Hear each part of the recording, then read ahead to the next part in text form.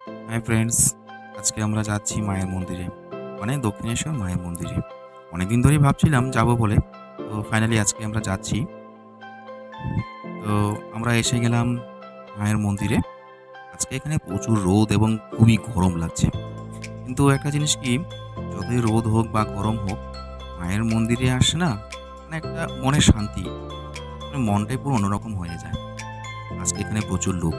Actually কালকে ওই নীল ষষ্ঠী আছে, নীল পুজো। যে কারণে আজকে এই গ্রাম অঞ্চল থেকে বা অনেক দূর দূর থেকে অনেক লোকরা এসেছে এখানে। তো আমরা চলে এলাম গঙ্গার ঘাটে। এখানে প্রচুর লোক স্নান করছে। তারা স্নান করে এখানে পুজো দেবে মায়ের মন্দিরে। দেখতেই পাচ্ছেন প্রচুর লোক, সবাই লাইন ধরে নামছে এবং এখানে স্নান করবে।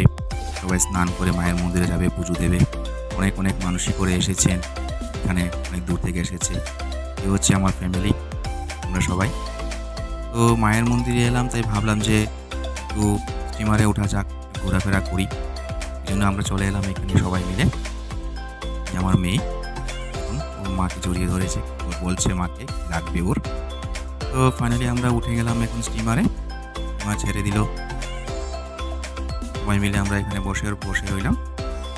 দেখতে পাচ্ছেন এই যে চারদিকে শুধু জল আর জল। খুবই ভাল লাগছে। তো ওই যে দূরে দেখা যাচ্ছে বেলুড় মঠ। দূর থেকে দেখতে খুবই ভালো লাগে। খুবই সুন্দর দৃশ্য।